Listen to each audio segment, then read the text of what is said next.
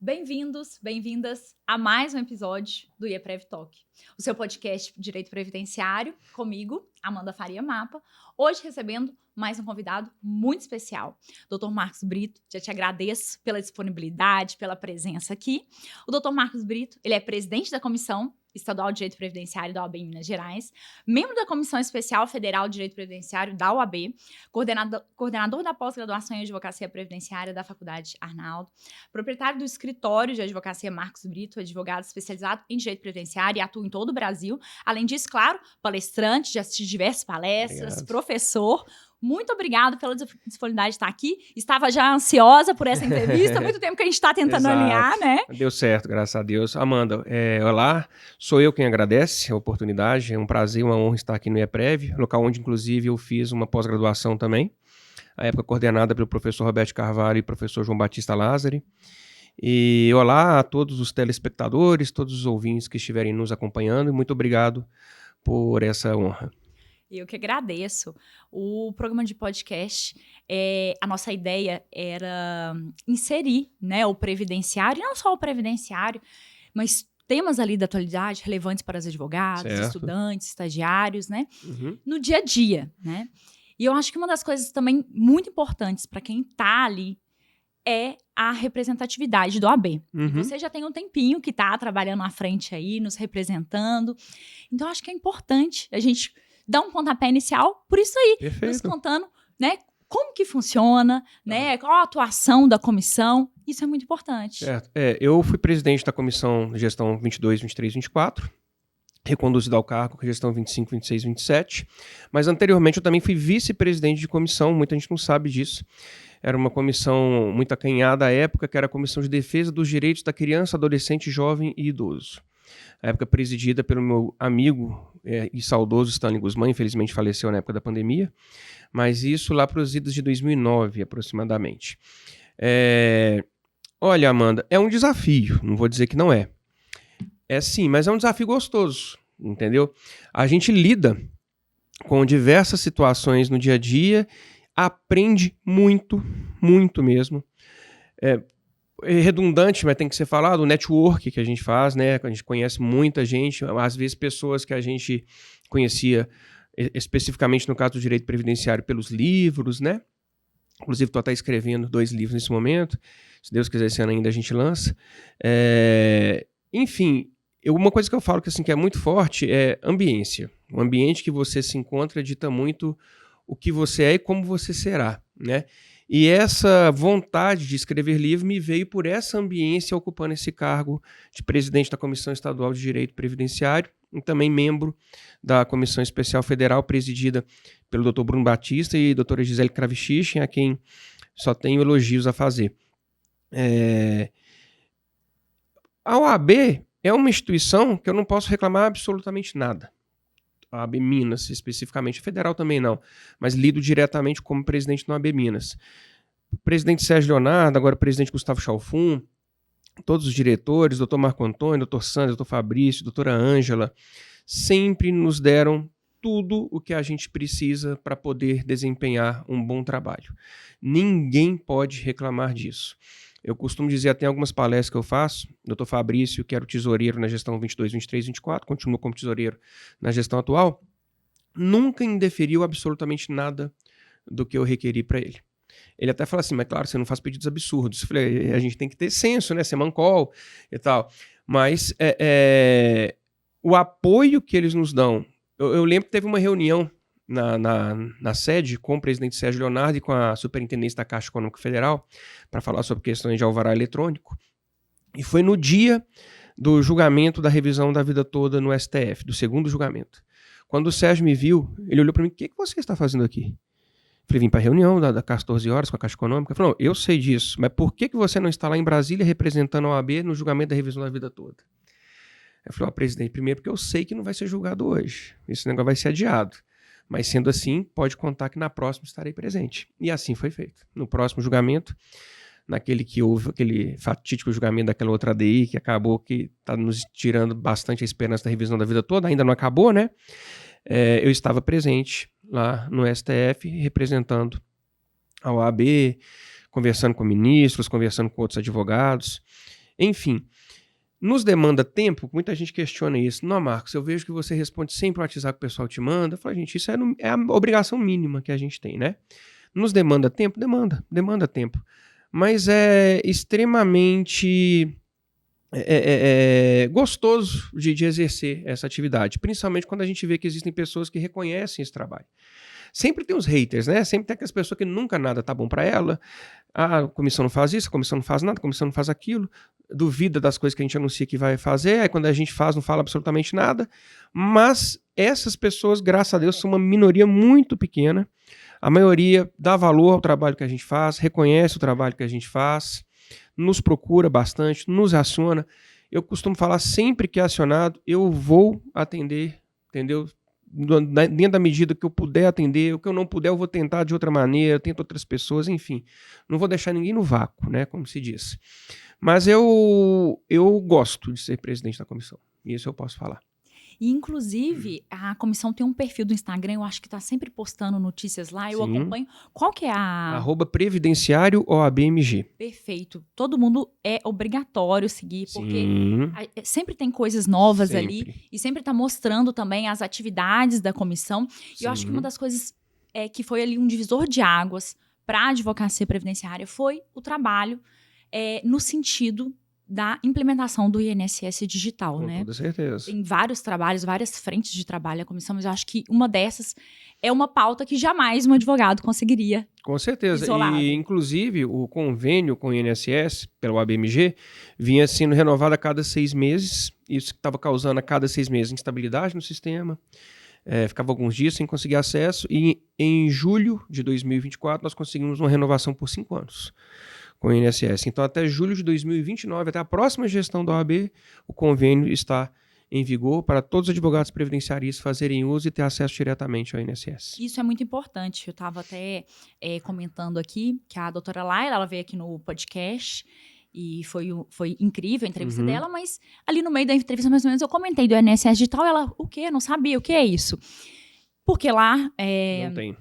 No Maranhão, não tem o INSS digital, e aí que eu fui saber que em diversos estados, na verdade, não tem. Então, o INSS digital, para quem não sabe, e aí é bom até a gente passar o recado também para outras comissões de outros estados, né, trabalharem nesse sentido em prol da advocacia, o INSS digital nada mais é do que vamos falar que é um PJE administrativo, Exatamente, né? É isso mesmo. É um PJE administrativo do INSS, né? Sim.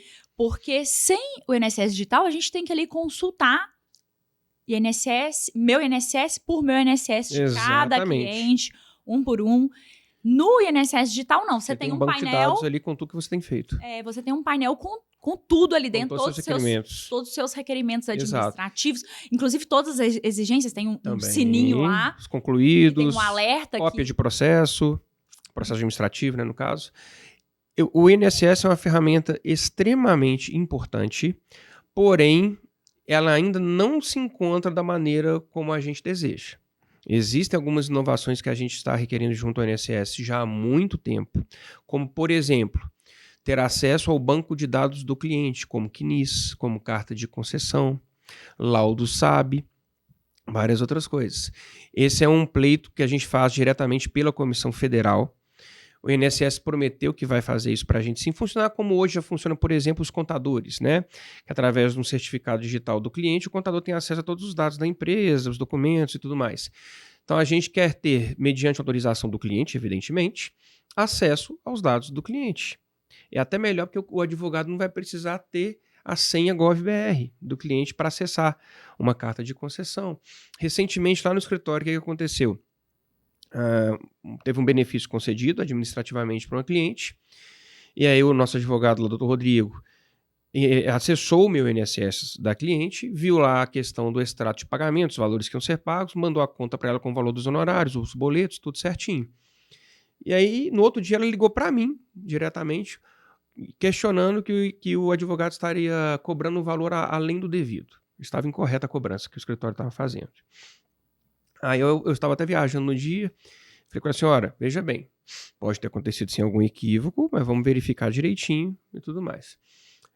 Por que que ela entendeu que era um valor incorreto? Porque o valor que veio na carta de concessão foi um, e o valor que estava disponibilizado para ela era maior do que o que estava na carta de concessão.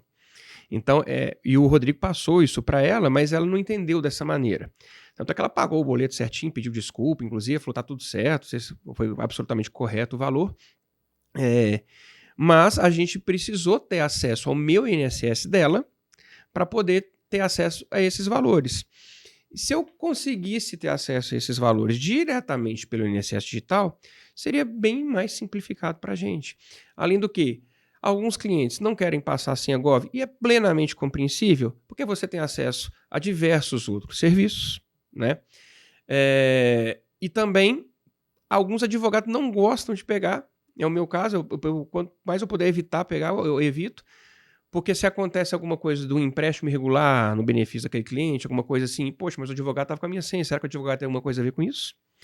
E o terceiro, fator de verificação. Vários clientes deixam ativo o segundo fator de verificação. Então você tem que acessar, você tem que ligar para o cliente recebe um código, fala o código para você. Fica até mais seguro, que ele sabe que você acessou só naquele momento ali e não vai acessar de novo, tudo bem. Mas você tem que combinar o horário que o cliente esteja disponível, que ele possa falar com você, enfim, fica mais trabalhoso. O ideal será no dia que nós tivermos absolutamente todos os requerimentos disponíveis no INSS digital também, que hoje não são todos ainda, bem como ter acesso aos dados do cliente, evidentemente que mediante autorização do cliente, obedecendo a LGPD e tudo mais. Então, não pense que estamos satisfeitos. Não estamos, mas vamos chegar lá.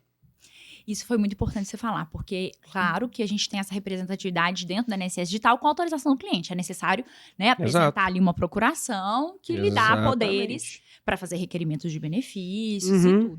Agora, você tocou num ponto muito interessante, que é a gente ainda não ter acesso à carta de concessão. Porque o que acontece na prática? O que nisso? Vamos lá, a gente entra com um processo administrativo muito bem documentado, vamos supor que tem uma contagem de tempo recíproca, tem uma CTC que a gente está trazendo, né, do regime próprio para fazer uma contagem de tempo no INSS e faz todo o trabalho administrativo ali, concede o benefício. Certo. Mas na hora da concessão, como é que você vai conferir se o INSS fez o cálculo A implantação do valor está correta, RMI. Se a renda mensal inicial está correta? Apenas tendo acesso à carta de concessão.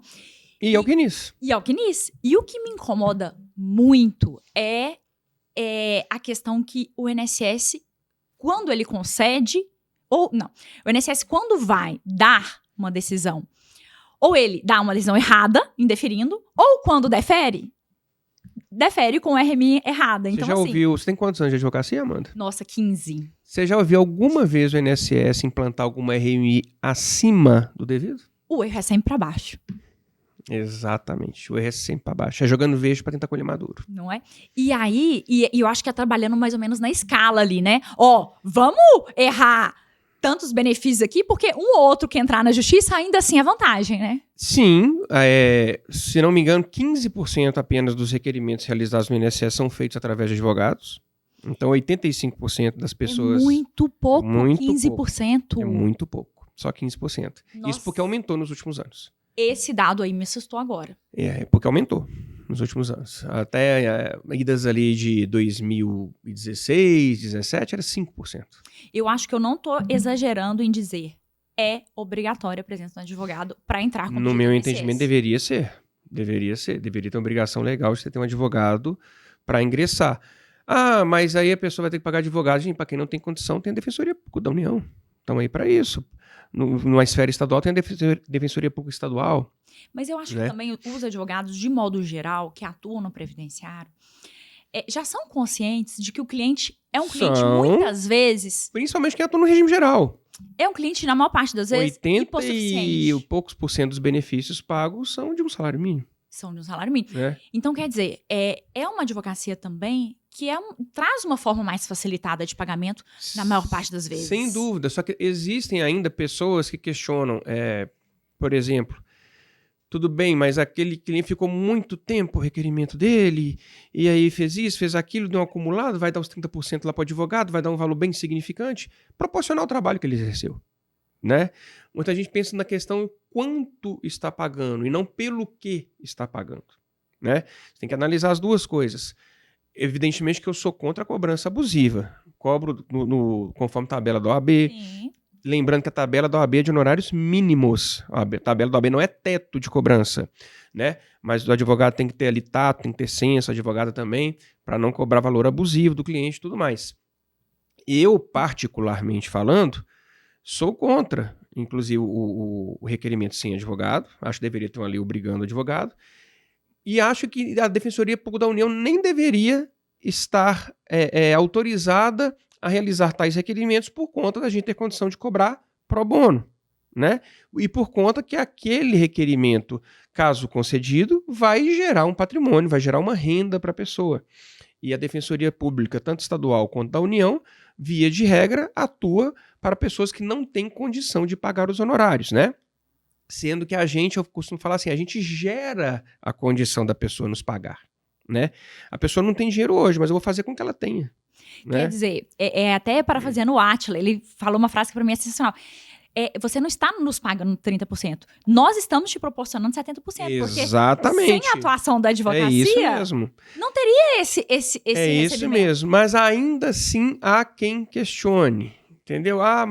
Mas a tal pessoa não pode isso, é muito miserável, vive abaixo da linha da pobreza e tal. Então, para algumas situações excepcionais, talvez fosse autorizada a Defensoria Pública da União entrar. Entendeu? Talvez algum benefício assistencial, de alguma maneira, enfim. Mas que eu tenho certeza que melhoraria muito o desempenho do próprio INSS se 100% dos requerimentos fossem feitos através de advogados previdenciaristas especializados, eu não tenho dúvida disso. Porque o advogado, quando faz o requerimento, ele já sabe como é que é o entendimento do INSS, ele sabe o que ele precisa comprovar, e ele sabe até se vai ser indeferido de qualquer forma e já prepara aquele requerimento para uma eventual ação judicial. Exatamente. Né? Então é tudo uma estratégia. Sabe que hoje o processo administrativo ele tem que ser muito bem instruído, porque se chegar na via judicial sem algum requerimento feito, por exemplo, administrativamente, a petição inicial vai ser indeferida. Sem dúvida. Né?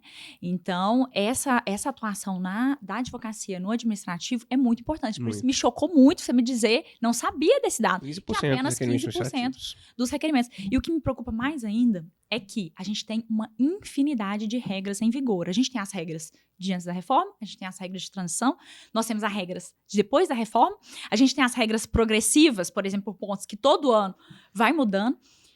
Gente, como que um servidor... E nós temos as de ontem, as de hoje e as de amanhã. Porque tá todo dia mudando alguma coisa, né? É impossível um servidor conseguir se atualizar todo dia como nós fazemos pela, primeiro, infinidade de trabalho a que ele é submetido, nós sabemos disso. Temos poucos servidores, temos poucas agências do INSS. O Brasil é um país continental.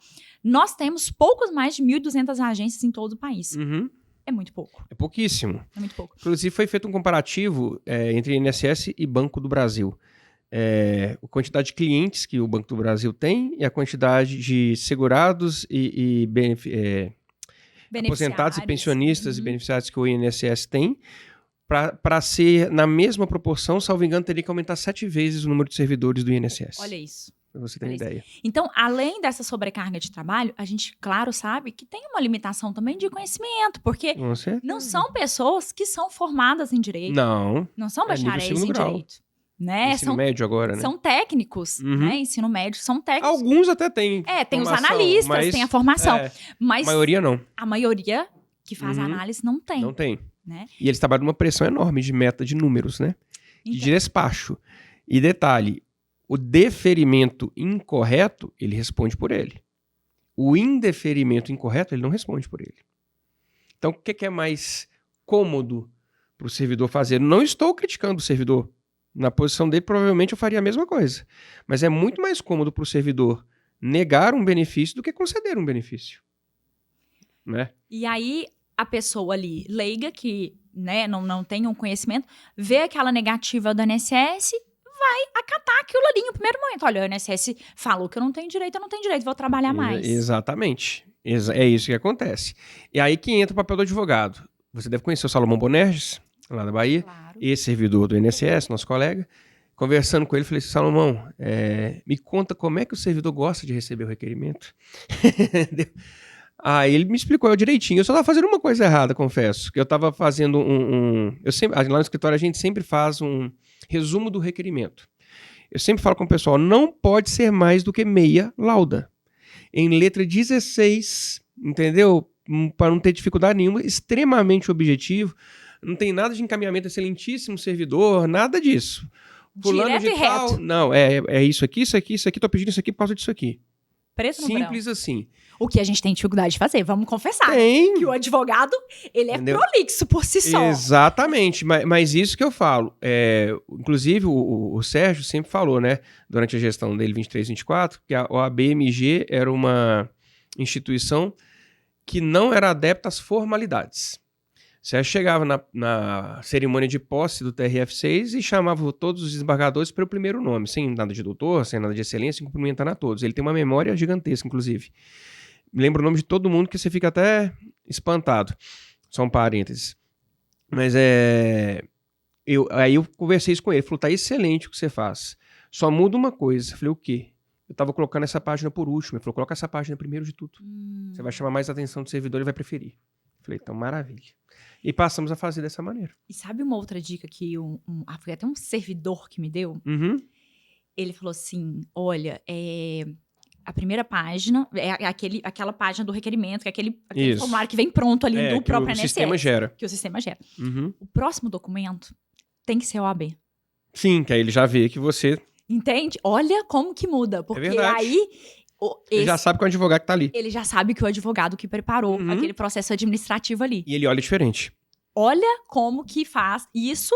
Sem dúvida. Servidor do INSS falou comigo. Eu não tenho a menor dúvida quanto a isso. Né? Porque é diferente, não adianta. E a gente sabe que isso acontece também na justiça, porque, sim, pasme, ainda pode ter pessoas absurdo. Que vão na justiça sem advogado. É um absurdo, mas enfim. As ações previdenciárias demandadas por atermação é 10% de êxito. Apenas 10%? 10% de êxito. Como que... Não tem técnica. Não tem técnica nenhuma. Como que essa pessoa vai se portar em uma audiência? Coitado, eu fico com dó. Porque assim, a gente acompanhar do cliente, você já fica naquela situação, nossa... E esses 10% de êxito são aquelas ações assim, erro de cálculo do INSS no tempo de contribuição. Coisas óbvias.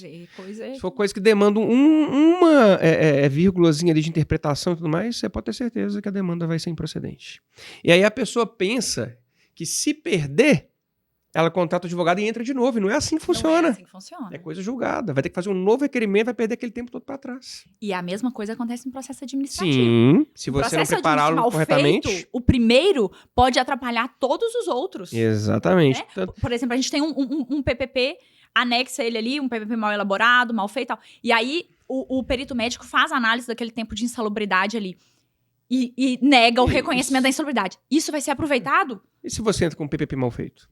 Isso vai ser aproveitado nos outros processos administrativos todos. Exatamente. Né? Vai fazer uma coisa julgada administrativa. Palestrante no Congresso do IEPREV de 2023, que foi no Palácio das Artes, não foi? Sim, Palácio das Artes. Não estou me recordando o nome dele, até peço perdão por isso. Mas ele falou, não existe advogado falar requerimento administrativo. É processo administrativo. Entendeu? E se você pensar bem, são duas coisas completamente diferentes. É verdade. Requerimento administrativo, quem faz é a pessoa que entra sem advogado. Nós fazemos um processo administrativo, com a possibilidade enorme de êxito, porque advogado nenhum vai entrar com uma ação que ele sabe que vai perder. Com certeza. Ainda mais desse tipo de demanda, que se você só ganha no êxito, é uma perda de tempo gigantesca, que se traduz em perda de dinheiro também, que você vai mobilizar a equipe do seu escritório para fazer algo que não vai dar em nada. E você está pagando aquelas pessoas para isso, né? Além do seu próprio tempo. Então, eu sempre costumo falar isso com o cliente. O cliente vira para mim e fala assim, mas o senhor acha que a gente tem chance de ganhar? Falo, ó, se não tivesse, eu não entrava. Entendeu? Porque não vou perder meu tempo com algo que eu não acredito que vai dar certo. Ah, isso significa, Marcos, que você ganha todas as ações que você entra? Infelizmente, não. Porque advogado que diz que nunca perdeu a ação nenhuma, ou é mentiroso, ou não tem nenhuma ação. Ou não tá advogando. Eu teve uma época que eu não tinha perdido nenhuma ação. Foi o dia que eu tirei a carteira do AB. Entendeu? Nesse dia eu não tinha perdido nenhuma. você tem que mais ganhar do que perder. Lógico. Evidentemente, senão você não consegue construir sua carreira. Você não vai fazer aventuras jurídicas. Exatamente. Tem um embasamento. Mas tem muita gente que faz. Como se diz, eu sou da seguinte opinião, eu posso até perder, mas eu vou perdendo do lado certo. Exato. Né? Entendeu? Por interpretação, alguma coisa assim. Exatamente. Agora, algo que você sabe que é infundado, é diferente. Tem alguns clientes... vamos citar uma situação concreta aqui. BPC, idoso, casado, que não é casado no papel. E o marido, vamos tratar aqui uma senhora, né? O marido é aposentado, tem lá seus 3 mil e poucos reais de renda. Tem direito ao BPC? Não tem. Ah, mas eu posso falar que eu sou separada dele? Pode, é uma decisão sua, né? Porém, se a senhora fizer isso, eu sempre falo assim, lá na frente, se seu esposo falecer primeiro que a senhora vai ter problemas para receber a pensão dele. Entendeu? Vão ver que a senhora mentiu, vão pedir para a senhora devolver todo o dinheiro, vão fazer isso, vão fazer aquilo, será que vai valer a pena? Ah, mas nenhum advogado tinha me falado isso não. Depois Responde, inclusive, processo criminal. Processo criminal, exatamente, entendeu? Então, assim, a gente tem que ter esse filtro, né? Se for pensar assim, vou falar que ela é separada, vou entrar aqui, vou ganhar 30%, vou ganhar 3 benefícios e tal, depois é problema dela. Infelizmente, tem pessoas que atuam dessa maneira. Não é meu caso. Eu já tive telefonema de cliente que está falando assim comigo sobre pensão por morte. Ausência da qualidade de segurado. Ah, mas nós podemos esquentar a carteira dele? Eu falei, eu não trabalho dessa maneira. Entendeu? Eu acho que é o seguinte, quem planta morango não vai colher moranga, né? Exatamente. Não é assim que se diz. Exatamente. Então, você trabalhando no certo ali, né, respeitando a lei, o entendimento e os dados que o cliente te fornece sendo corretos, você não vai ter dor de cabeça. É o que eu falo, meu escritório é há 15 anos no mesmo lugar. O meu há 20. Então, assim, eles vão nos achar ali. Mesmo telefone.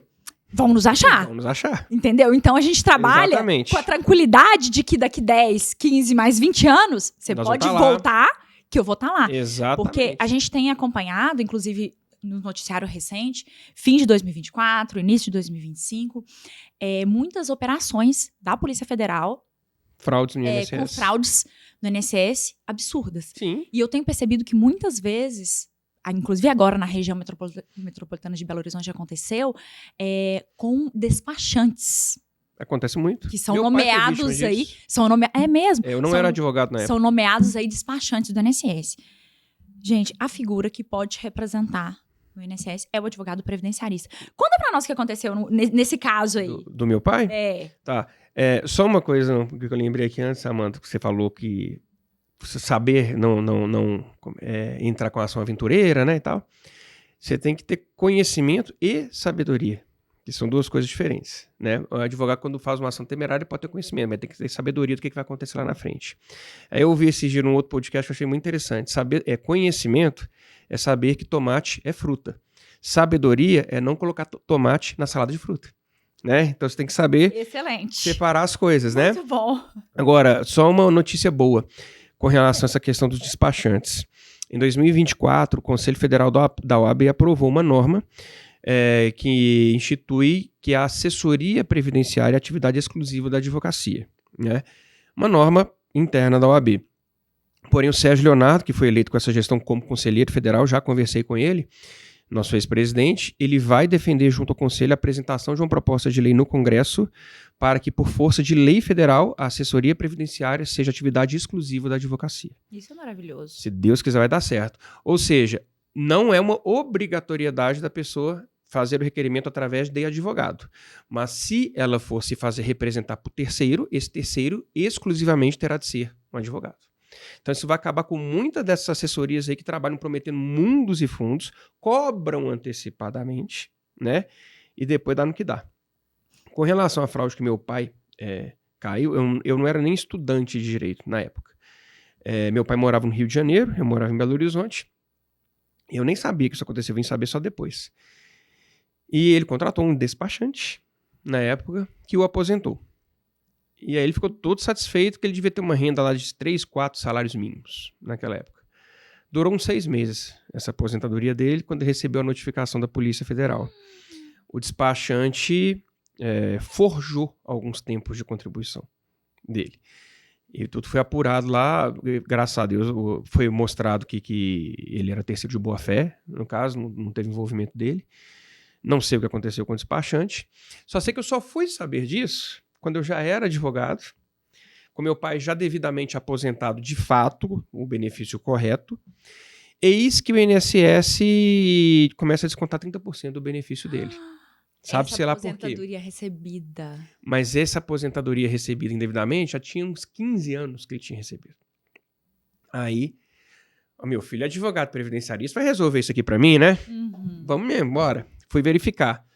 Desconto por recebimento indevido no início dos anos 2000. Eu falei, o que foi isso? Aí falei com ele, aí ele confirmou pra mim isso que eu acabei de te contar.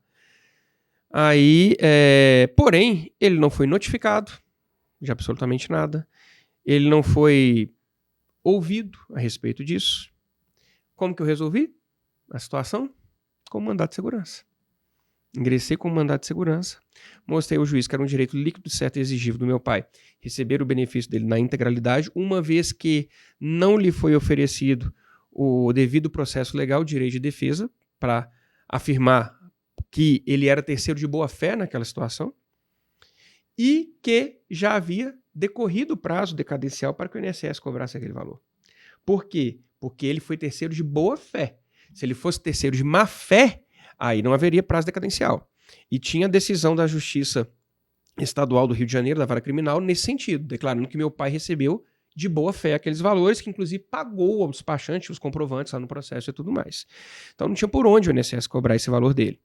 Resultado, descontou um mês. Entendeu? Com o mandato de segurança, rapidamente a gente conseguiu interromper esses descontos no benefício atual dele. Nossa, entrou num ponto aqui que eu acho que também é muito importante a gente trazer para todos que estão nos ouvindo. Levantei para você. Foi excelente que você está Por isso que eu gosto também desses casos práticos, essas vivências reais. Você aprende muito mais com eles. Já ia falar isso. Aprende muito mais. Você não aprende com acerto, não. Você aprende com erro. Com erro. É com erro que você aprende. Né? Eu sempre falo assim, eu nunca perco. Ou eu ganho ou eu aprendo. É isso. Né? Você tem sempre que aprender. É isso. E essa questão do mandado de segurança, para quem está nos ouvindo no Spotify, nos vendo no YouTube, eu acho que é o remédio constitucional ali, muito esquecido, deixado de lado. É um dos mais eficientes que tem. E eu vejo ele sendo muito utilizado, por exemplo, por tributaristas. Sim, eu acho que a ação principal do tributarista, por exemplo, é o mandado de segurança. Mas o previdenciarista deixa um pouquinho de lado, se esquece. E é um remédio salvador o mandado de segurança. É um remédio salvador. Olha, veja esse exemplo. Sim, muita gente não sabe que ele tem cabimentos além da questão da demora no processo administrativo. Esse caso do meu pai, por exemplo, foi resolvido via mandado de segurança. Mas outras situações também, como, por exemplo, expedição de CTC, algumas coisas nesse sentido, quando negada, né? Eu não sabia. Pode também. Aí o mandado de segurança no órgão público que vai emitir, em face da pessoa que deveria ter emitido. Exatamente. A autoridade coadora que deveria ter emitido aquela CTC, se ela se nega a emitir, a expedir uma segunda via, alguma coisa nesse sentido, é cabível um mandado de segurança também para fazer com que isso peça. Porque, afinal de contas, se você trabalhou, se você contribuiu para aquele determinado órgão, você tem o direito líquido, certo e exigível de que aquele órgão te dê um documento, que é a CTC, informando o seu tempo de contribuição e informando o órgão para o qual você quer levar aquele tempo de contribuição. O que você vai fazer com aquele tempo de contribuição é problema seu, não é problema daquele órgão, né? Então, é um direito líquido, certo e exigível. Sendo direito líquido, certo e exigível, é cabível o mandado de segurança. Nossa, entendeu? Muito bom. Alguns juízes são mais conservadores e optam por, primeiro, notificar a autoridade para se manifestar antes de dar alguma ordem judicial. Outros são mais objetivos, já determinam de cara uma ordem naquele sentido que você está requerendo, já concedem a segurança, né, como se diz. E, infelizmente, tem ocorrido alguns casos, poucos, isolados, mas tem ocorrido, principalmente em mandado de segurança impetrado em face de demora de decurso de prazo no processo administrativo, de juiz negando a segurança, não concedendo a segurança, dizendo que a pessoa não se pode valer, estou dizendo de forma resumida, por estar assessorada por um advogado, fazer uso desse recurso para furar a fila, esse é o termo do INSS, o que também é um absurdo, né? Aqui no TRF6, eu não tenho notícias de guarida para esse tipo de decisão. Se alguém tiver, por favor, pode me enviar lá no @MarcosBritoADV. Em segunda instância, eu quero dizer. Em primeira instância, sim. Tem alguns juízes dando decisões nesse sentido, tá? Evidentemente que eu, na qualidade de advogado e segurado dos segurados, discordo veementemente de uma decisão nesse sentido. Para mim, ela não tem qualquer fundamento legal, é inconstitucional, inclusive.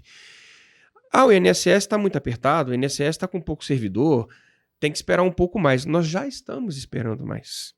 Porque o prazo legal para o INSS despachar um requerimento é de 60 dias. Nós estamos guardando 90 dias, nós estamos guardando 120 dias. 1 ano, 1 ano e meio, e não estamos tendo. E o problema resolução. É que, enquanto o INSS não dá uma decisão, a gente não pode agir. Exato. Né? Porque sem a negativa do INSS, não conseguimos ajuizar uma ação judicial. Exatamente. Né? Falta de interesse de agir. É falta de interesse de agir. A gente tem aí que o acesso à justiça é limitado, mas não sempre, né? Tá lá na Constituição. Não. É limitado, mas não é, né? É dentro das suas limitações, né? Não é? Com a certeza. gente tem aí, que eu me recorde aqui agora, é a questão administrativa, que é obrigatório, o prévio requerimento administrativo, e a justiça desportiva também, que tem que passar pela justiça desportiva Sim. primeiro. Eu acho que são as duas exceções ao acesso direto Sim. à justiça. Então, quer dizer, se o INSS está demorando aí mais do que o limite legal para dar uma decisão, está impedindo o acesso à Eu justiça. vi um advogado outro dia, não estou me recordando o nome dele, já tem um tempinho, defendendo uma tese de que, passados 6 meses do requerimento administrativo não finalizado, o indeferimento seria tácito. É uma tese, né? Porém, eu ainda sou mais favorável à questão do mandato de segurança, numa situação dessa, ser concedida a segurança. Por quê? Porque o ajuizamento também está demorando muito. E você pode acabar prejudicando a parte. Numa situação dessa. É verdade. Entendeu? Porque se isso fosse válido, vamos trabalhar aqui uma situação hipotética, e deu 6 meses, o INSS viu que a pessoa ingressou em juízo ou que já é considerado um deferimento tácito, qual vai ser a ação do INSS nesse requerimento, a não ser negá-lo? Sim. Uma vez que já considerou negativo, vamos assim dizer. Entendeu? Então, eu acho que no final poderia mercantilizar um tanto quanto a situação. Entendeu? Já o mandato de segurança, não. O mandato de segurança obriga que o INSS despache, que ele diga sim ou não para aquela pessoa. Entendeu? Muita gente confunde a função do mandato de segurança para conceder o benefício. Ele não tem essa função. Aí é ação ordinária. Né? O mandato de segurança é, por favor, INSS, diga sim ou não aqui para mim. É sim, então muito obrigado, vou receber meu benefício, tá tudo certo, obrigado. É não, obrigado, vou ajuizar.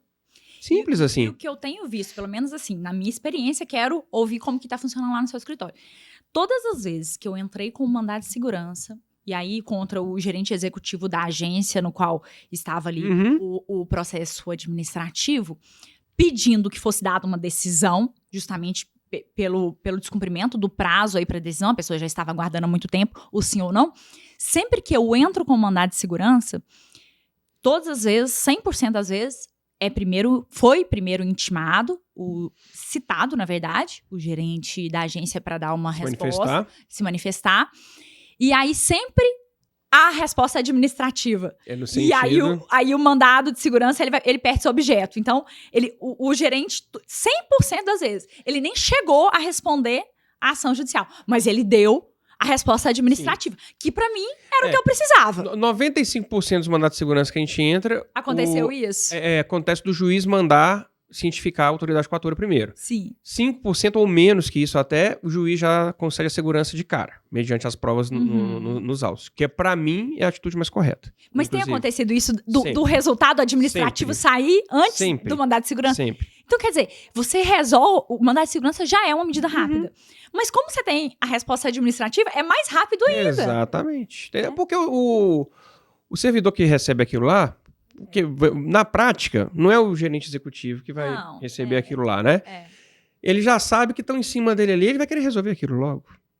É que nem uma secretaria da justiça qualquer, quando existe alguma representação de algum advogado e tudo mais. O juiz pega aquilo lá e fala, resolve isso aqui logo pra mim, pro assessor dele.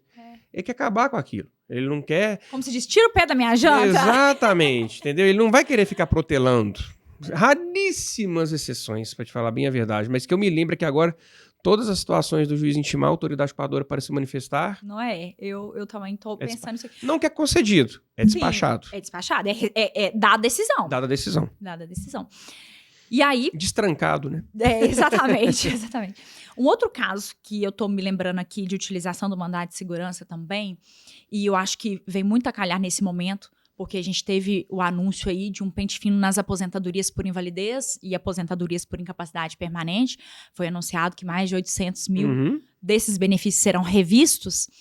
Isso porque não passou o projeto de lei, queria quase acabar com o BPC. Exatamente. Era muito maior. Eu utilizei já o mandado de segurança em situações que aposentados por invalidez foram chamados para fazer a perícia, então eles caíram no pente fino do INSS. E aí, ao me procurar, eu vejo que essa pessoa não poderia se submeter à perícia médica. Não, você não tem que comparecer a essa perícia médica. O seu benefício não pode ser revisto, porque seu benefício se tornou vitalício. A gente tem algumas hipóteses, por exemplo, no caso da pessoa que é portadora do vírus HIV, aposentada por invalidez, ela não precisa sequer comparecer à perícia médica. É incurável. Né? Então, a gente tem algumas situações ali. Questão de idade. A questão da idade. Tempo de aposentadoria. Quando junta a idade com o tempo de aposentadoria. Então, o INSS anuncia um pente fino aí e faz o pente fino e vai cessando o benefício à torta e à direito. Isso sem entrar no mérito que eles estão querendo economizar onde não deve economizar e gastando onde não tem que gastar. Exatamente, né? Falou Porque tudo agora.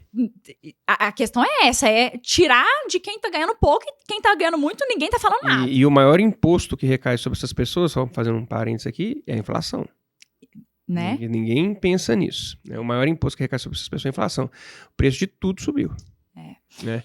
Agora, em janeiro, nossa senhora. Mas você falando eu tive... O mandado de segurança foi o seguinte, olha, ele chegou, né, eu acho que esses casos concretos ilustram muito.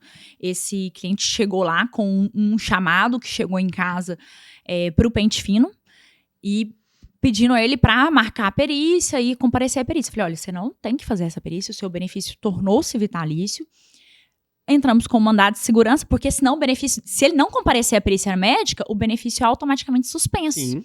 Então, entramos com o mandado de segurança, provando de forma líquida e certa de que o benefício dele tinha se tornado vitalício. Estava fora. E aí... É completamente válido, mano. É o direito líquido certo exigível dele permanecer com aquele benefício. Exatamente. E aí, imediatamente, o INSS citado ali, ele já cancelou, porque abre um MOB, né? Um chamado ali, abre um processo administrativo para que ele responda. E automaticamente foi ali cancelado. Então, eu acho que esse é um caso muito válido também, diante desse cenário que a gente está tendo aí de pente fino, né? Sim. Isso que você me falou, mano, me fez lembrar um outro caso concreto aqui. Eu falo que sempre caso concreto é muito bom, né? A gente vai falar de várias coisas em cima desse aqui. Tem um juiz, que é meu amigo, não é daqui de Minas, não. Ele não é especializado em previdenciário e começou a atuar recentemente numa vara em direito previdenciário e estava substituindo no tribunal do referente ao estado que ele representa. E aí me ligou que estava com uma situação lá que ele não estava sabendo o que fazer. Uma senhora, aposentada por invalidez, caiu no pente fino. E foi cessado o benefício dela. E o advogado ingressou diretamente com a ação, aí está correto, não é necessário requerimento administrativo prévio, falando que o INSS era obrigado a colocá-la na reabilitação. Não existe essa obrigação também do INSS, porque se ele está considerando a pessoa capaz, para que ela ser reabilitada, ela está capaz de trabalhar. Desculpa, esbarrei aqui. A reabilitação é para quem está incapaz e vai ser reabilitado para outra profissão. Exatamente. Aí ele queria saber de mim se existia de fato essa obrigatoriedade da reabilitação. Expliquei para ele, não existe. Falei, mas me manda o processo, deixa eu dar uma olhada. Na hora que eu peguei o processo que eu vi, olha para você ver a importância do advogado especialista em direito previdenciário. Vi o sobrenome do advogado dela, vi o sobrenome dela. Puxei o banco de dados do advogado, ele era filho dessa senhora. Falei, esse cara não é especializado em direito previdenciário. Quer dizer, ele não sabe o que ele tá fazendo. Porque o previdenciário é o seguinte, tem meio termo não, ou sabe ou não sabe. Ou sabe ou não sabe, e tem as estratégias para tudo. Se ele tivesse procurado um advogado especialista em direito previdenciário, o que eu observei naquele momento? O tempo de contribuição que ela tinha antes da aposentadoria, somado ao tempo de contribuição da aposentadoria, se após a cessão da aposentadoria ela tivesse feito uma contribuição autônoma, ela aposentava por tempo de contribuição. Como já tinha mais de 2 anos, Já tinha cessado, inclusive, o pagamento da esfera administrativa, que fica aqueles 18 meses, né? 6 meses integral, 6 meses 50%, 6 meses 25% do valor. Ela não fez a contribuição, não vai considerar o tempo de aposentadoria como tempo de contribuição. Porque é aquela questão da contribuição em atraso. Ele precisa estar intercalado entre uma contribuição antes, uma contribuição depois, e existem juízes que entendem que uma contribuição só não é suficiente, que tem que ter várias contribuições para caracterizar de fato uma prestação de serviço. A maioria não, felizmente. Uma contribuição, que é o que fala a lei, inclusive. E, inclusive, eu consegui conceder uma aposentadoria por tempo de contribuição de um cliente dessa forma. Eu lembrei disso na hora, já tinha mais tempo, naquele pente fino da época do Temer. Em virtude disso, a mãe dele perdeu o benefício. Entendeu? Então ela vai ter que voltar a trabalhar. Quer dizer, ele tá dando tiro pro lado errado. Não, já perdeu. Olha isso aí. Esse juiz que me ligou, ele estava substituindo no tribunal. Já era em segunda instância a situação. Em primeira instância foi julgado improcedente. Ele falou que queria ver se tinha algum meio. Ele é muito humano. Ele falou que queria ver se tinha algum meio, de fato, legalmente, evidentemente, restabelecer o benefício daquela senhora. Mas não tinha como. Entendeu? Se ele tivesse feito... Ele, quando falou assim, o filho dela, né? Tivesse pegado uma guia e feito uma contribuição para ela após a cessão do benefício, ia considerar o tempo de aposentadoria como tempo de contribuição. Como não foi feito, não vai ser. E ele pediu para o oficial INSS para informar o CNIS dela para ver se tinha atualizado alguma coisa naquele sentido, depois que eu falei isso para ele. Então ela só vai ter o tempo de contribuição anterior à aposentadoria. E ela ainda não tinha os 62 anos de idade. Então ela vai ter que esperar completar 62 para aposentar por idade, que já tinha mais de 15, ou trabalhar para completar o tempo de contribuição, mas aí ela já vai estar com mais de 70. Então ela vai aposentar por idade, vai ter que esperar alcançar a idade para poder aposentar. Esse aí é um outro pulo do gato para essas cessações que estão por vir a acontecer aí de aposentadorias por invalidez. Por isso que o advogado tem que ser especialista, entendeu? Você deve receber muita ligação de parente seu perguntando coisas sobre tributário, sobre direito médico. Quando me liga, eu falo assim, gente, eu matei tudo quanto é aula de direito penal. Eu não assistia uma, eu boteco todas as aulas de direito penal. É o que eu falo, e aí eles podem comentar aqui embaixo do nosso episódio. Eu sempre falo assim, deixa eu te falar uma coisa, por exemplo, tributário. Se eu precisar de alguma coisa tributária, eu vou contratar advogado, eu sempre falo isso. Eu sempre falo assim, se eu precisar de um advogado de família, eu vou contratar fulano de tal. Porque eu contrato de fato. Eu tive, por exemplo, uma questão de imóvel, eu contratei um especialista a coisa mais certa. Imobiliária, imposto de propriedade. Exatamente. E outra coisa que eu falo também é o seguinte, se você tiver com problema nas vias, qual médico você vai? Vou no oftalmologista. Não, procura um cardiologista ou um gastro, talvez eles resolvam pra você, que é isso que você tá querendo que eu faça. Entendeu? Eu sei, até uma prima minha que é médica me procurou uma situação de direito imobiliário. Falei assim: olha, eu não vou. Eu vou te prejudicar se eu colocar minha mão nisso aí. Eu vou te indicar um bom advogado dessa área. Vou ligar pra ele, vou fazer recomendação. Você vai lá e conversa com ele. Ela é otorrina. Eu falei: a mesma coisa que se eu for aí, querendo que você opere meu coração. E eu acho que o previdenciário é ainda mais gravoso, porque o previdenciário, em muitas faculdades, não tem essa disciplina. Não tem. É uma matéria que acabou de entrar no exame do AB agora. Então, agora que as pessoas já estão ali começando a se ligar. Exatamente. E aí também... Depois da reforma trabalhista, teve um boom de gente querendo atuar no previdenciário. Sim. E aí a gente vê também um outro braço que é importante da representatividade da OAB, voltando lá na nossa conversa no início, que é o oferecimento de cursos, né?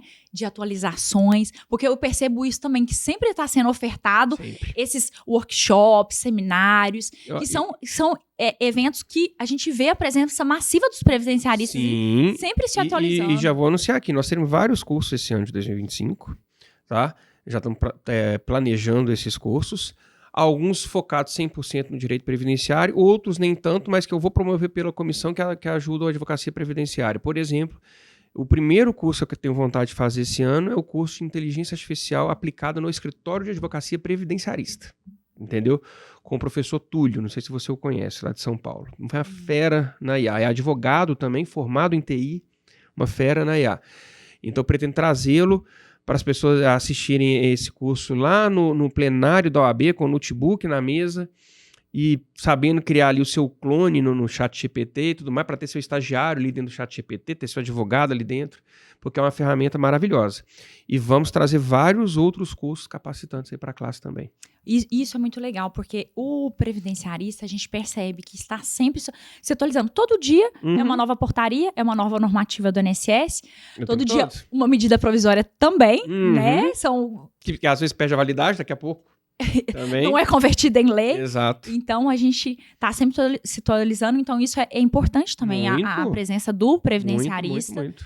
E de você contratar o profissional correto ali para te assessorar, né? Sem dúvida nenhuma. E vamos fazer campanha nesse sentido também pela OAB, tá? Doutor, com relação ao mandado de segurança, tem mais alguma situação que você acha que é viável e que a gente acaba se esquecendo? E um outro ponto que é importante também, que a gente tem esse lapso de 120 dias para entrar com o mandado de segurança, né? Acho que é importante a gente É o que a jurisprudência está entendendo nesse momento. Né? Esse prazo de 120 dias. Não adianta você... Do ato, né? 120 dias ato. Ali, por exemplo, da decisão administrativa. Exatamente. Não adianta querer entrar antes, que não é um direito líquido e certo. Né? Então, vai ser negada a segurança. Mas, via de regra, com relação ao direito previdenciário, que é meu quintal, né, vamos assim dizer, eu enxergo nesse sentido que você falou, da questão de manutenção de benefícios cessados indevidamente, desde que essa cessão indevida, que a cessão ela pode ser indevida por vários fatores. Sim. Ela pode ser indevida, por exemplo, para a pessoa compareceu à perícia e o perito falou está capaz, mas na verdade não está. Aí não é mandado de segurança. Aí é ação ordinária. Aí é a ação porque você vai ter que... De restabelecimento de benefício. Vai ter que fazer uma perícia judicial. Vai ter que fazer uma perícia judicial. E aí já não dá dentro do mandado de segurança. Perícia em mandado de segurança. Bem lembrado, bem lembrado. A questão da demora, que é a via de regra, né? A clássica é... A CTC, que muita gente não utiliza desse instrumento para conseguir CTC. E não só CTC, alguns outros documentos também, dependendo da situação, podem ser obtidos através de mandado de segurança. Você obtém até certidões negativas através da decisão judicial com mandado de segurança. Né? Não que as certidões negativas vão ter aplicação no direito previdenciário. Mas eu estou lembrando aqui de uma situação no início da carreira, que eu advogava para uma empresa, e essa empresa estava participando de uma licitação, era final de ano, recesso, forense e tudo mais, e precisava de uma certidão negativa para concluir a documentação do prazo de uma licitação. E na época eu era sozinho, trabalhava sozinho, ingressei com um mandado de segurança na Justiça Federal, mostrando à juíza que a situação da empresa era quite. No dia seguinte ela deu uma ordem, dou valor de certidão negativa a essa decisão, através do mandado de segurança. Entendeu? Então assim, tem que ser muito bem estudado o mandado de segurança para você saber utilizá-lo bem, porque as possibilidades com ele são inúmeras. Eu acho que fica... Já teve empresa que quebrou por ausência de certidão negativa, tá? Empresas grandes que quebraram porque faltou uma certidão negativa em um determinado momento e aquilo fez com que uma verba não fosse repassada para ela e a empresa quebra. Eu até me lembrei de uma situação que pode ser também utilizada nessa situação aí da certidão negativa. Eu tive uma emissão de uma CTC, até por uma universidade federal, e que foi levada ao INSS para verbal o tempo no INSS. O INSS pediu uma declaração de que essa pessoa não tinha se aposentado pela universidade. E aí, acionada a universidade... Para saber que não usou aquele tempo. Para saber que aquele tempo realmente pode ser aproveitado. Tá disponível. Porque, né, é importante a gente lembrar que o tempo não faz milagre. Claro, você não consegue usar o tempo em dois lugares, exato. Né? E aí, a universidade tinha que emitir essa certidão negativa de que, exato, de que não existia uma aposentadoria, de que aquele tempo não foi usado, né? Então, essa demora por emissão de documentos de outras entidades que venham a atrasar a sua concessão de aposentadoria é um caso solucionável via mandado de segurança. Que pode ser utilizado. E se você juntar aos autos a documentação que comprove aquilo que o documento vai afirmar, tem juiz que já vai dar a decisão valendo como aquela certidão que você precisa. E aí, como que uma pessoa faz isso sozinha sem advogado? Impossível. Impossível. Não é? Nós temos que estudar para fazer isso. Eu não nasci sabendo. Não foi uma coisa que eu fui bater na porta do tribunal, deixa eu ver aqui como é que faz, tem um Ctrl-C, Ctrl-V no meu computador. Pelo contrário, bateu a cabeça em muito lugar. Muito lugar, nossa senhora, é impossível. É impossível. E não tem peça Ctrl-C, Ctrl-V para essas coisas, tá? Tem muita peça Ctrl-C, Ctrl-V aí para situações cotidianas, mas em caso de mandado de segurança, não. É muito específico. Tem que ser um direito líquido e certo. Então, tem que ser uma inicial muito bem elaborada ali. Objetivo. Eu sempre bato nessa tecla. Gente, petições objetivas. Juiz nenhum gosta de ler 20 páginas, 30 páginas. Quantas ações são distribuídas todo dia? Você acha que o juiz vai ler tudo? Inclusive, falando em petição, o doutor tem sido adepto desse visual law, que agora tá muito... Tô começando a implantar em voga isso, né? Visual law, para quem não ouviu falar ainda, seria uma petição ali visual mesmo ali. Uma petição com caixinhas, com setas. Ele é muito mais aprazível aos olhos. Isso aí eu não tenho dúvida, entendeu? Mas eu sou adepto, principalmente, antes do visual law, eu sou adepto à petição objetiva. Eu tive um caso meu que eu entrei com uma ação contra uma operadora telefônica, postulando em causa própria, negativação indevida. Aí fui para audiência, nem existia PJE na época ainda. E aí a empresa levou a defesa, né? E nesse dia não era nem conciliador, era um juíza que estava fazendo mesmo a audiência de conciliação, era juizado. Acho que o conciliador tinha faltado, alguma coisa assim. A juíza pegou assim, doutor, o senhor tá postulando em causa própria, né? Eu falei, então, impugna aí logo. Eu falei, beleza, dá aqui. Eu peguei, li os fatos, entreguei pra ela. Ela, você também só lê os fatos? Entendeu? Ou seja, que a gente já sabe como é que é. Não adianta você ficar ali marretando um monte de coisa que o juiz não vai ler aquilo. Ainda mais hoje, com a questão do chat GPT, o juiz pega a sua petição, faz um upload no chat GPT, e eu não tô criticando eles fazer isso, não, que eu faço também. E não tem nada de errado com isso. E pede um resumo da sua peça. Entendeu? Para facilitar o dia a dia dele, que é processo pra caramba. Você sabe quantos processos conclusos cada desembargador do TRF6 tem hoje em seus gabinetes? Nossa, não faço ideia. 13 mil. É impossível. É humanamente impossível. Com 7 assessores. É humanamente impossível. Então eles vão fazer o quê? Buscar meios de potencializar o proveito de tempo deles. Um desses proveitos de tempo, o advogado tem um papel crucial nisso. É ser objetivo nas suas peças. Outro é bater na porta mesmo do desembargador. Deixa eu conversar com o senhor aqui, quero te explicar uma situação nesse processo aqui que não é corriqueira, que não é de dia a dia. Tem um caso excepcional aqui que eu preciso te falar sobre ele. É o despacho auricular. Auricular. Eu acho que ele funciona muito, tá? Pouquíssimos desembargadores têm resistência em receber advogado. Também acho. Entendeu? Uhum. E os que recebem, na sua grande maioria, fazem questão de receber, porque sabe que ajuda no serviço. Sim. Entendeu? E o que não recebe, coloca o assessor para receber, e aí o assessor vai lá e fala com ele, ó, falou isso, isso e isso aqui. Eu acho que faz toda a diferença. Eu tenho certeza. E querendo ou não, também acaba por humanizar um pouco aquele processo, que você tem a oportunidade de contar ali as entrelinhas. Chamar atenção de alguma coisa. Que às vezes está no papel ali, mas passa batido. Às vezes até leu, mas estava com a cabeça em outro lugar. Na hora que passou por aquele parágrafo, tem aquela especificação ali, que ele é o ponto crucial do seu recurso. Né? Então você tem que estar batendo. Eu vou ter um julgamento agora, dia 4 de fevereiro, que além da sustentação oral, eu já vou bater lá no gabinete. É muito importante. É muito importante. E aí, mais uma vez, vamos lá. Como que uma pessoa que está sem advogado na justiça... Não faz isso. Mas agora vamos falar a verdade.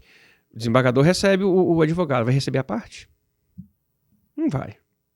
Não, entendeu? E ainda que receba... A forma de falar... Como que ela vai questionar alguma decisão? Vai chegar lá e falar, deixa eu te falar, porque meu filho me falou, não sei o quê. Não dá. Tem que ser técnico o negócio. Tem que saber com quem você está falando, de que forma você vai falar. O INSS avançou muito. A gente que já está aí nessa lida há muitos anos, a gente começou ali com um CDzinho, né? Na minha época. Pra pegar cópia de começar para pegar cópia de processo, você levava o CD. Virgem. Copiava o processo administrativo. Isso quando não perdia o processo administrativo. O processo sumia. Ficava um arquivo gigante. O servidor... Você tinha que imprimir aquele monte de página para anexar o processo. Então, a gente saiu de uma coisa super rudimentar... Graças a Deus. Para uma coisa que está totalmente digital. E aí até me preocupa também esse avançar rápido, porque a gente está tendo decisões automatizadas também. Sim. Que aí eu chego num ponto que não utilizei ainda, mas... eu acho que o espaço aqui pra gente, pra essa troca de experiência é muito válido. Em decisões automatizadas, de repente a gente consegue também um mandado de segurança para reabrir o processo, porque não houve uma análise humana ali. Será que seria cabível? Porque tá tendo muito indeferimento. É uma boa tese, sem dúvida que é. Está tendo muito indeferimento automatizado, sem... Indevido. Eu sou, particularmente falando, tá, mano? Não é uma posição institucional aqui agora, não. Eu sou uma pessoa extremamente adepta à tecnologia. Extremamente. Não uso agenda de papel. evito papel, inclusive, tenho tablet, tenho notebook, tenho PC em casa, no escritório, tudo interligado e tal, celular, enfim. E eu acho que a tecnologia vem sempre para poder nos ajudar. Tem muita gente que fala, mas vai tirar o emprego de muitas pessoas. Não é bem assim, gente. Tira-se um, cria-se outros. Vão criar inúmeras profissões. Outro dia eu vi até uma mãe de adolescente dizendo isso. Meu filho está estudando para profissões que a gente ainda não sabe. Exatamente. Profissões que não existem ainda. É isso mesmo. Então, assim, eu não sou contra uma análise por inteligência artificial, uma robotização, enfim. Porém, eu sou contra isso desde que esteja sendo realizado da maneira incorreta, né? Tem que ser algo que beire a perfeição, que vai ajudar muito, sem dúvida nenhuma. Até mesmo porque nós precisamos desinchar a máquina pública, que ela é muito inchada, né? E com essa questão da estabilidade, não é uma regra geral, mas muita gente se acomoda nisso. Nas palestras que eu faço aí, eu costumo sempre falar, gente, o servidor do INSS é 880. Ou ele é aquele cara que só nega indeferimento, ou ele é muito bom de serviço. Não tem meio termo. Porque quando é bom, mas é bom com força. Nossa, a gente tem diversos palestrantes maravilhosos, inclusive. Exatamente, entendeu? Então, assim, eu acho um pecado falar, servidor do INSS não é que nem político. Político nenhum presta. Não podemos generalizar nada. Não pode colocar todo mundo dentro da mesma caixa. Não mesmo, entendeu? A questão da robotização, que nem aqui no tribunal fala-se também em peticionamento por formulário, né? Existe um receio disso, que não seria obrigatório, inclusive seria opcional. Existe um receio disso desvalorizar a advocacia.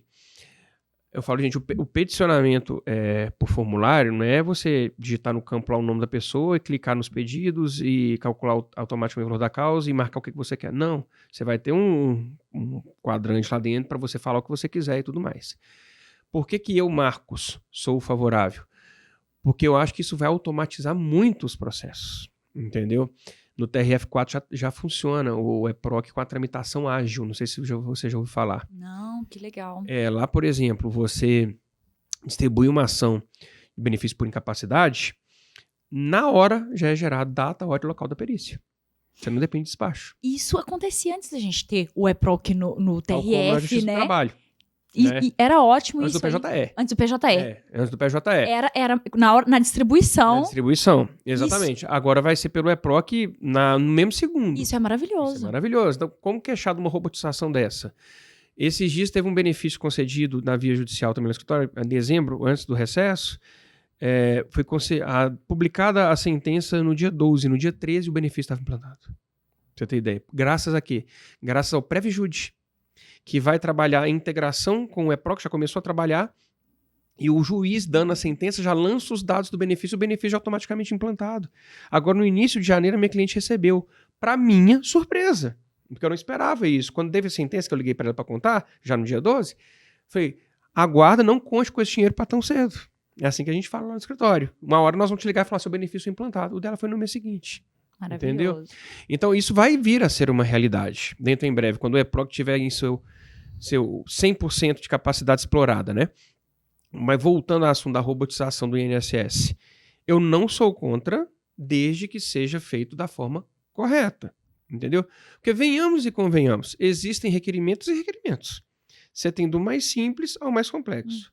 Um requerimento simples, por exemplo, minha sogra recentemente, uma aposentadoria por idade, já com tempo suficiente, sem CTC, sem questionamento, tudo constando do CNIS, por que não ser robotizado? Esse é o sonho, redondinho, né? Aquela coisa redondinha. Exatamente. Assim, né? Por que não ser robotizado?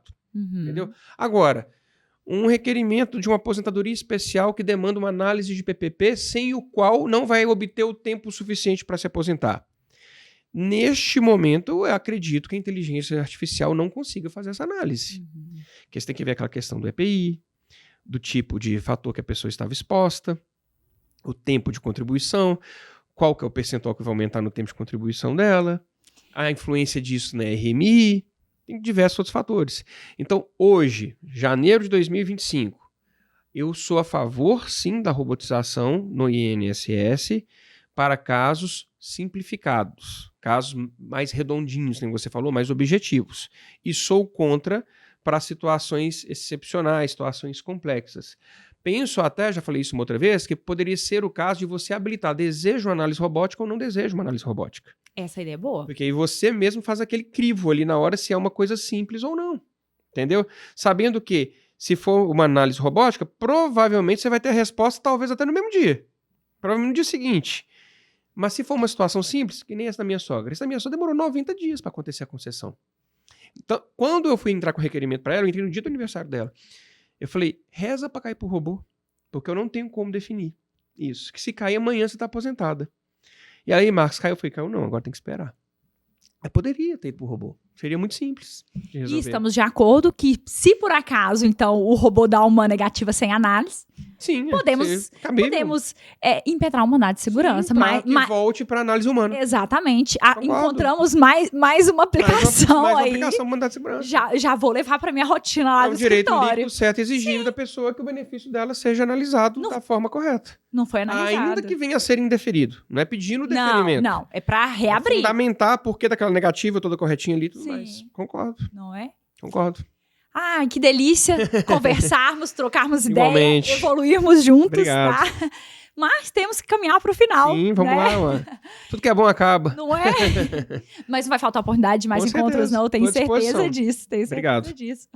Doutor Marcos, compartilha com a gente aqui, você que está aí, né, sempre antenado em todas as novidades, que também é da prática da atividade física, te acompanho, sei que você está... Voltei a ser recentemente, mas sou. Sei que você é uma pessoa ligada no 120, está sempre viajando, fazendo palestras, dando aula. E adoro isso. Me fala uma coisa, o que tem algum livro, algum filme, ou alguma frase, alguma coisa que, né, que tá ali te amparando, que te acompanha sempre? Compartilha com a gente aqui. 2 frases e um livro. Até falei algumas aqui durante o podcast. Mas eu sou muito religioso. Às vezes as pessoas não sabem disso, mas eu até postei. Eu tenho uma tatuagem Nossa Senhora aqui nesse braço. Que legal. Rezo todos os dias, vou à missa com a minha esposa, somos católicos. E tem 2 frases ligadas a Deus que me ajudam bastante. E que traduziram momentos da minha vida, posteriormente. Uma é que não existem coincidências. Coincidências são pequenos milagres onde Deus prefere não aparecer. Resumindo, em outras palavras, nada é por acaso, né? Eu acredito muito nisso, entendeu? E a outra, que foi dito pelo Padre Christian, talvez você o conheça da Canção Nova. Sim. Ele é de Itaúna, né, o Padre Christian, e minha esposa é de lá, meus pais moram em Itaúna, eu me formei em Itaúna, tô lá direto. Teve uma missa lá na igreja de Santa Terezinha, que ele estava celebrando, que ele falou essa frase, que quando acontecer alguma coisa com você, que você queria que tivesse acontecido de maneira diferente, você rezava para que aquilo acontecesse de maneira diferente, mas não aconteceu, vire para Deus e fale assim, Senhor, eu não entendo, mas eu aceito. Porque Deus é que sabe o que é melhor pra gente, né? Fala, a gente é muito pequeno para entender as decisões divinas, né? Então, se você tiver na sua cabeça que aquilo foi o melhor para você, seja lá qual tenha sido o resultado, o que você queria, o que você desejava ou não, você vai viver muito melhor. E eu tenho isso comigo no meu dia a dia. Concordo totalmente. A gente tem um plano. Exato.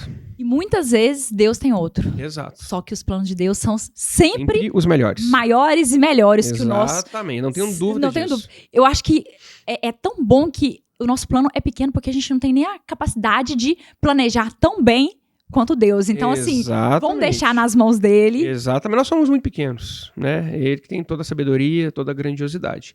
E com relação ao livro, uma coisa que tem se falado muito atualmente é sobre saúde mental. Sim. Né? E eu sou um adepto da hipnoterapia. Não sei se você conhece. Gente, essa eu não conheço, não. A hipnoterapia é uma hipnose, né? Você faz com um profissional, com um hipnoterapeuta, porém, não é aquela hipnose de entretenimento. Não é que você vai comer uma cebola achando que é uma maçã. Dependendo, existem situações que isso pode ser útil para a pessoa. Por exemplo, a pessoa precisa comer banana e não gosta de banana. Aí você dá uma banana para ela e pensa que está comendo batata frita. E sente o gosto da batata frita. Isso pode acontecer. E quem me levou para esse mundo da hipnoterapia é o Michael Arruda, que é um dos principais hipnoterapeutas do Brasil e do mundo. E ele tem um livro que chama Desbloqueie o Poder da Sua Mente. Eu já li esse livro umas 3 vezes. Eu sei que está lá, mas vou lá e leio de novo. De tão interessante que é. a partir desse... Foi uma palestra que eu fui em São Paulo, 2019, se não me engano, que ele palestrou lá no evento que eu estava. Aí até comprei o livro lá na hora. Eu lembro que ele autografou o livro para mim. A palestra dele foi a última antes do almoço. Eu não almocei, eu fui pro quarto ler o livro, no hotel. Eu estava hospedado no mesmo hotel do evento. Durante o horário de almoço, eu li mais da metade do livro. No dia seguinte, eu estava no aeroporto, eu terminei de ler o livro dele. De um dia para o outro, eu li. Tão interessante o que é. Ali você entende o poder da sua mente e como funciona a ciência da hipnoterapia. Porque não é uma crença, não é uma questão de acreditar, é uma ciência. É você entender o que é o seu consciente e o que é o seu subconsciente. E ali eu procurei um hipnoterapeuta, aqui em BH, que tem formação com o próprio Marco Arruda, ele chama Eustáquio, ele é meu hipnoterapeuta hoje, e é uma coisa que faz muita diferença na minha vida. Entendeu? Nossa, eu vou sair daqui e comprar esse livro. Eu não tenho dúvidas. Entendeu? É muito bom. A gente não tem noção da capacidade que a nossa mente tem. E mudou minha vida, a hipnoterapia. Eu tenho certeza. Eu sempre digo isso, que quando eu tô, às vezes, fazendo algum exercício físico ali, uma atividade pesada, eu sempre penso, meu corpo desiste antes da minha mente. Então eu vou conseguir, porque o meu corpo desistiu, mas a minha mente consegue mais. Exatamente. Sempre consegue mais. Não, e você consegue em todos os sentidos. Fabulosas. Tem pessoas que já conseguiram parar de fumar com hipnoterapia. Existe hipnoterapia anestésica para as pessoas que têm alergia, por exemplo, alguma anestesia. No meu caso, eu era completamente viciado em refrigerante. Eu tomava 5, 6 litros de refrigerante em 2 dias, no final de semana. Nossa. E de uma hora para outra eu parei de tomar refrigerante. Essa eu nem precisei fazer sessão com o Eustáquio. Foi praticamente uma auto-hipnose. Olha aí. Não é que hoje eu não tome refrigerante. Eu tomo assim, se eu estou num evento, só tem aquele refrigerante ali, eu tomo se for do zero. Se não for do zero, eu fico a míngua mesmo, não tomo nada. Entendeu? Mas eu, de fato, hoje não tomo refrigerante. Nossa, que entendeu? legal. Já tem alguns anos isso já. Que legal. É tudo aqui, ó. Entendeu? E essa questão, eu fiquei 21 anos da minha vida sedentário. Voltei a fazer atividade física, fazer dieta também, muito aqui. E muito auxílio médico também, a gente tem que se apoiar nos profissionais, nutricional. Tá tudo ligado, né? Tá Corpo e mente estão interligados. Então, corpo são, mente sã. Exatamente. E isso é muito importante também. Nós, enquanto advogados, enquanto eu falo que nós somos resolvedores de problemas dos outros. Porque é isso, né? Quando a pessoa... Tá lá no Aurélio, advogado, resolvedor de problemas. Está lá dentro. Exatamente. Então, a gente tem que ter Ninguém nos procura quando tá tudo certo. De jeito nenhum. Então, a gente tem que ter muita sanidade pra... ser essa pessoa recebedora de problemas, resolvedora de problemas, mas sem levar esses problemas para o nosso interior, e né? principalmente nós, advogados que temos escritório, não só os associados também, nós temos uma vida muito estressante, Sim. muito corrida. As pessoas pensam, mas você fica sentado o dia inteiro numa cadeira no ar-condicionado. Sim, eu trabalhei por isso, é confortável, sim, mas é muito desgastante não menos também. Com certeza. Entendeu? Com certeza. Não tô desfazendo da profissão de ninguém, mas a gente trabalha o tempo todo com a mente. Né? A gente tá ali focado naquelas telas enormes ali na nossa frente, raciocinando, pensando nisso, pensando naquilo, tudo mais, qual que vai ser o resultado, já chega outro processo, é uma outra sentença aqui, outro recurso ali e tal. Eu brinco, inclusive, eu não gosto de pensar em filme. Filme, pra mim, quanto mais bobo, é o que eu mais gosto. Pra poder rir, né? Porque eu já penso o dia todo. Eu vou ter que pensar no filme, ligar um fato, começar lá no início. Não quero. Eu quero sentar. Eu adoro filme de besterol também. Eu gosto de sentar e, assim, não ter que... Porque tem que ser um momento de descanso, porque a nossa mente já é o tempo todo ali. Então pode ir pro cinema assistir o Auto da Compadecida 2, que tá excelente. Vi ontem, acredita? É mesmo? Ontem! Vale muito a pena, né? Muito bom, muito Muito bom. bom. Esse é esse tipo de filme. Você relaxa a esse mente. daí, exatamente. Que nem diz o Rica Perrone, desculpa, eu lembrei aqui agora. Não sei se você conhece o jornalista Rica Perrone esportivo, sim. né? Ele fala que viaja que ele toma um Rivotril e um Musculari, relaxa o corpo e a mente. Aí ele apaga e só acorda no destino dele. Tem que fazer mais ou menos isso de vez em quando. Pois é. Doutor, joia?